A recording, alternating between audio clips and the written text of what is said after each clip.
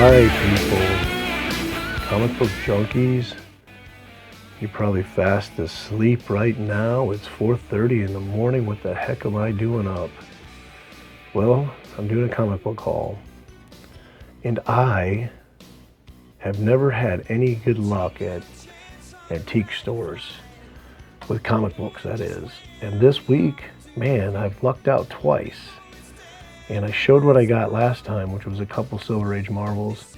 But this time, well, I'm not going to tell you what I got. I'm going to show you what I got. So we're going to start out with this Forbidden Tales of Dark Mansion number 6.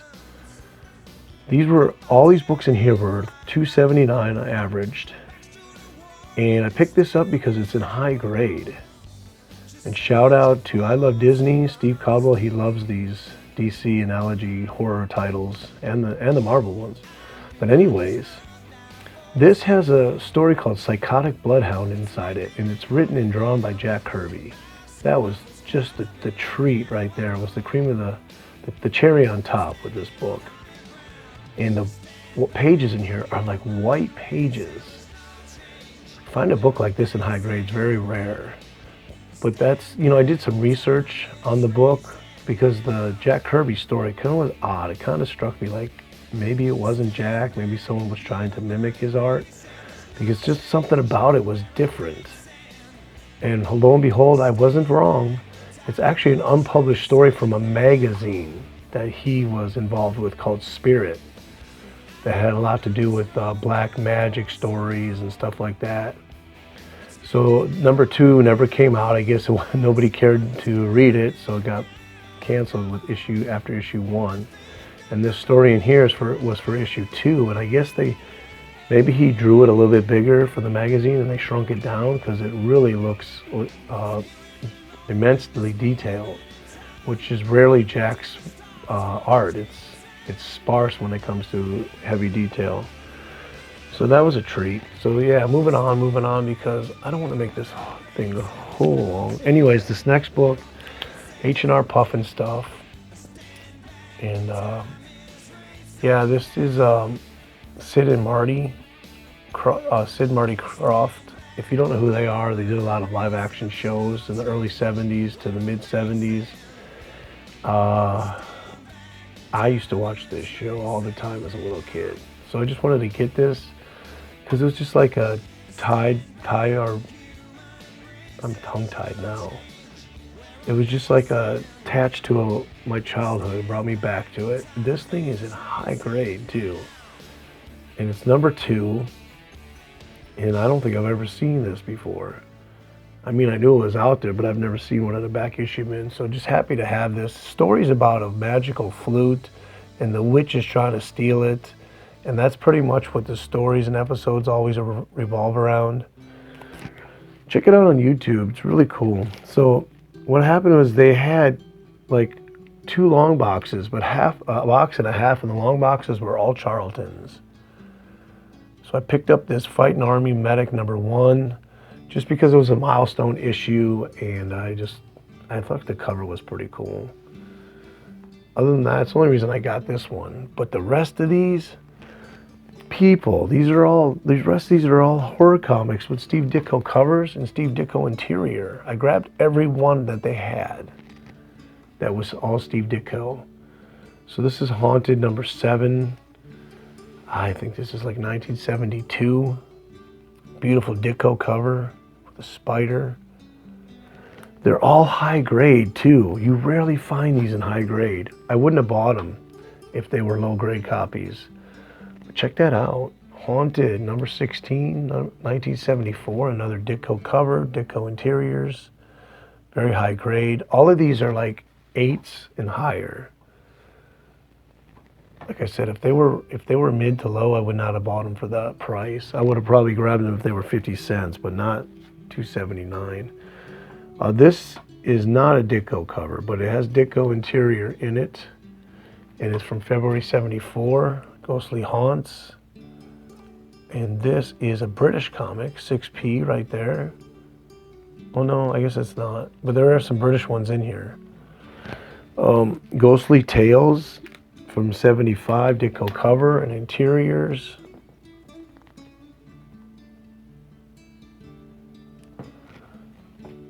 Ghostly Tales, number 125, 1977. Another Ditko cover. Ditko Interiors. Like I said, all high-grade books. And this has a date stamp right in the moon. Haunted Library, Baron Werewolves, all new, from 1976.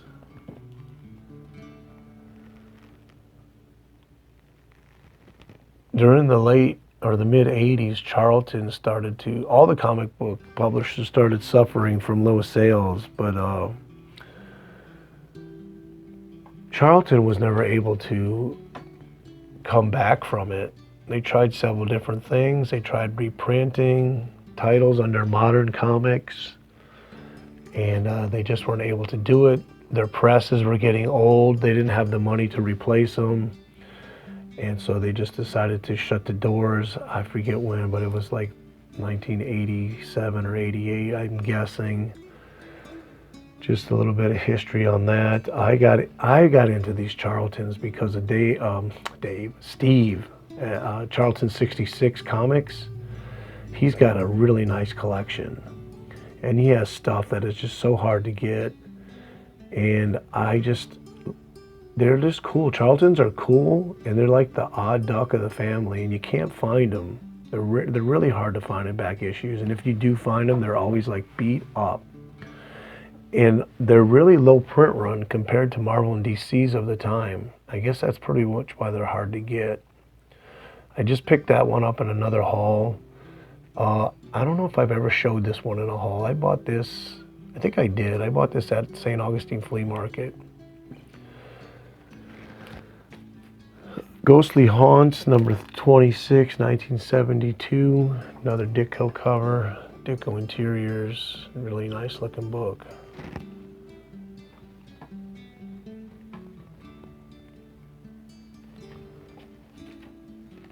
Another Steve Ditko. This is a Ditko-esque cover because of the leg on this lady. 1975. Look at her leg. Only Steve can draw something like that and get away with it. But that's definitely a very cool cover. Number 47, Ghostly Haunts. This next one is not a Ditko cover, but it has Ditko Interiors. This is Don Newton. Another one of my favorite artists. I actually think that Steve Ditko may have inked this because there is touches of his art in here. I wonder. Look at the face right here and the hands. Kind of a little bit, I don't know. To me, it looks like Steve Ditko may have inked this over Don Newton's art. I mean, look, if you can look in there, you can see it a little bit, his style. Next is Ghostly Haunts from 1977, number 54, another Steve Ditko cover.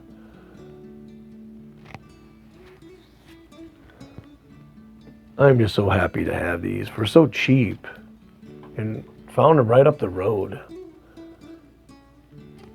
Visit Ghost Manor if you dare. Steve Ditko, and they do have more there. They have some something parade, funny parades or something like that with Yogi Bear and funny animals and stuff like that.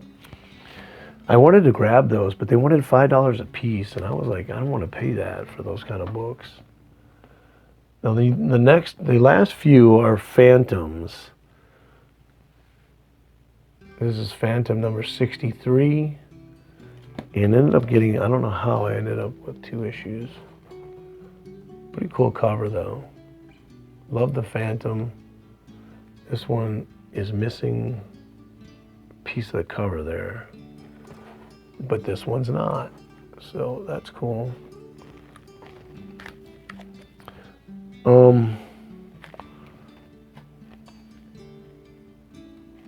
Another Phantom cover. I don't know who does these. I didn't look up the artist on these covers. I actually thought these were British comics, but they're not. I see the American price right there. And then last but not least, Phantom. Number 53, the new event, all new adventures of the Phantom. What a dynamic cover. The Phantom's just standing there, not doing anything. Rampage as the slave elephant repels. So I don't know. It's a cool cover. It's not dynamic though, but it is cool. Just because I guess the age and the nostalgic of it. But yeah, that's my Steve Ditko horror Charlton books that I got. I'm happy to get those. So thanks, Steve, for turning me on to Charlton's again. I always am an odd duck collector. I mean, I do like the mainstream stuff, of course, but I love to pick up obscure and odd things. Happy to get this over here, first appearance of Nightshade for very low price. That's a very tough book to get at a good price. Now I'm going to start my ramblings, so this is time for me to leave. Keep on collecting, keep on hunting. Nighttiger saying, c'est la vie.